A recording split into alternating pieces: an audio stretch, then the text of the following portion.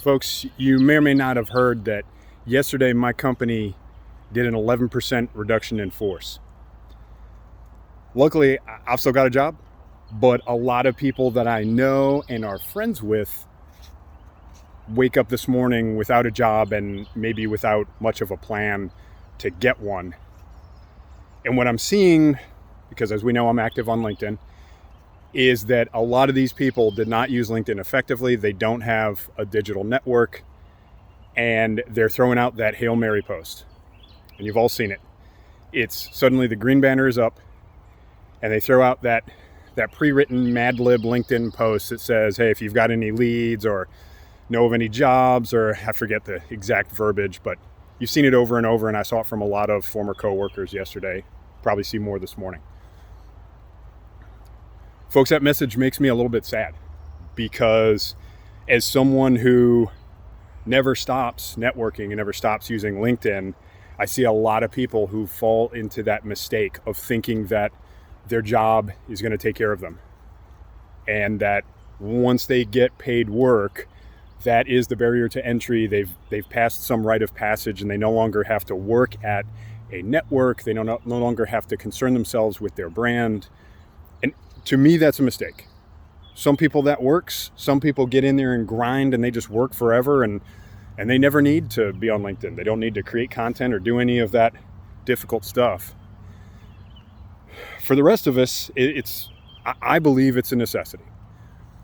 And so there are a lot of people waking up today realizing, holy crap, I don't know how to use LinkedIn, or I haven't used LinkedIn in forever, or my network is stale, it's cold, I haven't talked to these people in a long time. And they're trying to figure out how to start now. So with that, here are my 3 recommendations for if you suddenly find yourself needing a job and you don't have a productive network. Step number 1 is you got to fix your profile.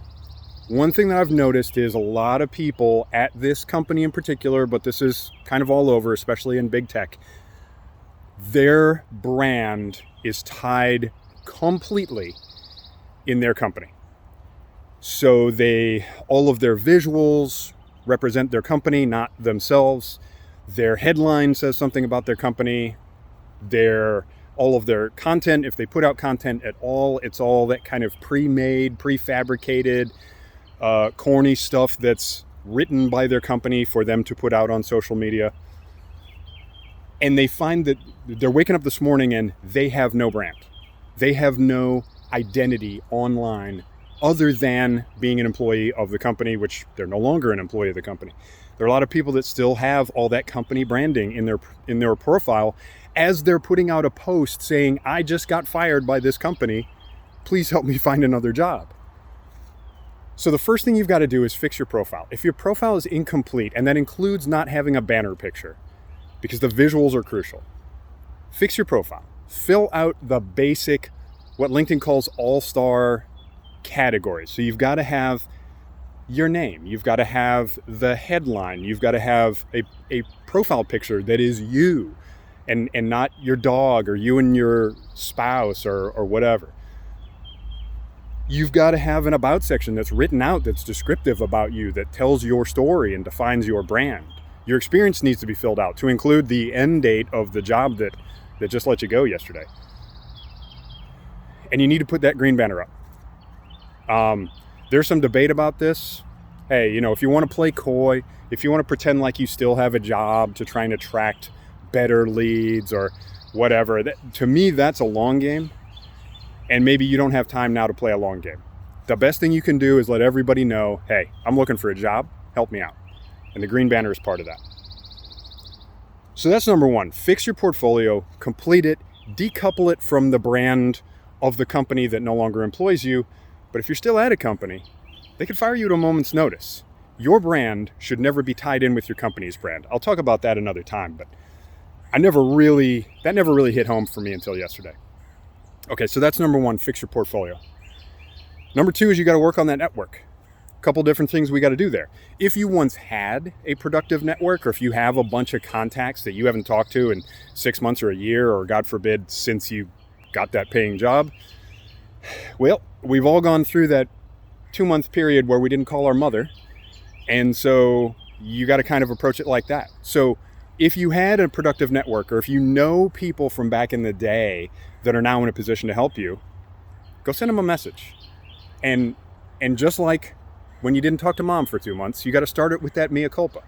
Be vulnerable, be realistic about it. Don't pretend like you're just sending them a message to reconnect because you want to be friendly after 6 months or a year, however long it's been. Tell them flat out, hey, look, I'm terribly sorry that I've let this relationship go cold and that I have not kept up the connection. But now I'm in a bind, and it would mean a lot to me if you could help me out or try and connect me with somebody that can. People will respond to that. Everybody's been there. Nobody talks to all of their friends all of the time or all of their professional connections. It's something you should keep up as best you can, but there's only so many hours in the day. So be honest with people. Rewarm up those old connections. And just, not everybody's going to respond to that, but some of them will. If you don't have an old network that can be kind of heated back up, or even if you do, you need to start making new connections. Probably in the time since you last used LinkedIn, or since time immemorial if you've never used LinkedIn, new people have risen to positions of authority where they can help you. People that you knew before or people that you never knew are now hiring managers at target companies, at good employers, places where you can get a job. And so you need to reach out to those people. And here's something that I will absolutely insist on forever and ever. You need to send them a message. Don't be this person that's just playing the efficiency game and saying, well, if I click connect 100 times, I can save the time of sending messages, get 10 connections back, and just go with those as warm leads. You're not being a salesman here. You're looking to connect with people. And people connect with people by making an introduction, by being human to each other. So go find 10 people today at target companies where you could be successful. Find people that are in positions of authority, one level above where you hope to work. Maybe they're a hiring manager. Maybe they're an in-house recruiter. Maybe you're looking for tech recruiters that are independent. But go find 10 people that can help you. Find people that have some sort of common thread with you. Where'd you go to college? Send them a message that hits upon your common connection. So for me, I go looking for veterans, especially former Marines. And I send them a message and I say, hey, I see you were in 7th Marines. I spent a lot of time in 29 Palms. Like, I'd love to connect and just talk, see what we can, what professional connections we can make. If I was to go off of my college, I don't identify much with them. As you can see, I'm wearing Ohio State gear, but I might talk to somebody. I've made connections before because I get the little notification on LinkedIn that says people that went to Maryland. If it's somebody that looks interesting or seems like they could be a productive connection, I'll talk to them. Hey, I see we're both Terps. Awesome. Fear the Turtle. When was the last time you were in College Park? So you can play on those human connections to create some sort of mutual interest. If you're both former employees of my company, or if they were somebody that was involved in a riff at Google or Microsoft, or I don't remember what the last one was. But go connect with them on that. Hey, I see we both got hit in the latest wave of big tech layoffs. Let's see if we can connect and help each other. So find human connections and build that network. So first step, fix your portfolio, decouple your brand from your employer or former employer. Step 2, networking. Either warm up your old network or start building a new one. And then step 3 is going to be content. And I know that a lot of people just groaned as I said that. I mean, who am I kidding? A lot of people probably aren't going to watch this video. But however many people watch this video, a significant percentage of them just groaned when I said content. Because I know there are people out there that are willing to hold their nose and tolerate LinkedIn.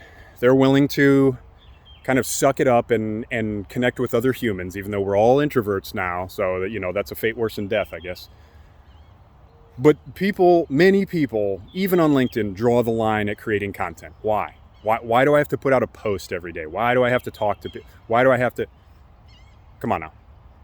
Treat LinkedIn as the digital equivalent of a human connection. Do you not go to your connections, to your circle of friends, and start conversations? Do you not go to parties and get-togethers? Do you just sit there mute and wait for somebody to come talk to you? Who does that? So think of a post like starting a conversation. There are tons of people on LinkedIn that don't have jobs. Probably a staggering percentage of the people that are active on LinkedIn are out there because they're looking for jobs. So if you start producing content talking about being laid off, talking about how difficult the job search is, referring leads to other people, if you talk to someone who's hiring, you put them out to your network and say, hey, this person's got jobs. If you do that, you're being a productive member of the community, you're engaging with people, and you're putting out signals to your network, to their networks, if they engage with you, that you're someone that's out there, that you're someone that's engaged and thoughtful, and that there's just a million different positive signals you can put out by creating content, just being kind of honest and vulnerable, yet professional. Don't be out there, however you feel today, don't be out there trashing your former employer. And don't hint at it either. It's just, you're going to turn people off, and it is possible to put negative signals out there with content. Be positive about your content. I know I'm going to get a job. I know that I'm going to connect with the right people. It's just tough today because I got ghosted for an interview, or recruiters aren't calling me back, or everybody identifies with that. Everyone that's done multiple job searches knows what that feels like. So go out there and hit those touch points and see who you can connect with. You can only send so many connection requests before LinkedIn kind of shuts you down, because then you're being an open networker, and that's just no bueno. So 10 a day is probably a good target. Make 10 connections a day. Don't send out too many connection requests, because that will also get you thrown in LinkedIn jail. But the content is the thing that, it's like shooting a firework off. Yeah, you shoot off a firework, you look up, it's spectacular, it's wonderful. How many people get to enjoy that firework? Everybody in your immediate area. It goes up high in the sky. A piece of content can be like that. If you put out a great piece of content that connects with people on a personal level, on a professional level, and resonates with them, and they start engaging with you, that gets rebroadcast out to their network and the network's network, and the ripple effects can be incredible. You'll connect with people you never even thought that you would have never found on your own, but your content finds them. So that's why I think these three are the most powerful things you can do. Now, the worst thing you can do is nothing. And a lot of people are going to do that. And I liken it to this. If you wake up this morning and you're overweight, it didn't happen overnight. You got overweight because of your choices over a long period of time. So if you're overweight today, can you go back to last week and take the cheesecake off of your plate? No, you absolutely can't. If you're overweight today, can you go back 6 months ago and start going to the gym and make yourself fit today? You can't. Tony Stark has not yet invented this technology. But here's what you can do. You can wake up today and make a difference. You can wake up this morning and go running, or go to the gym, or go to a spin class. You can wake up this morning and decide, hey, for lunch today, instead of my customary cheeseburger, I'm going to have a grilled chicken salad. You can start making good choices today, or you can do nothing. Those are essentially your only choices. Because a decision to start Monday or next week and give yourself time to be pissed off and grieve and keep eating cheesecake, literally or metaphorically, that's a decision to do nothing, because you know that come Monday, you ain't going to start. It's the same way with your network. If you woke up today unemployed with a crap network and no personal brand and no online presence, you can't go back 6 months ago and start on LinkedIn, but you can start today. So I urge you to do so. Semper Fidelis, and I'll talk to you later.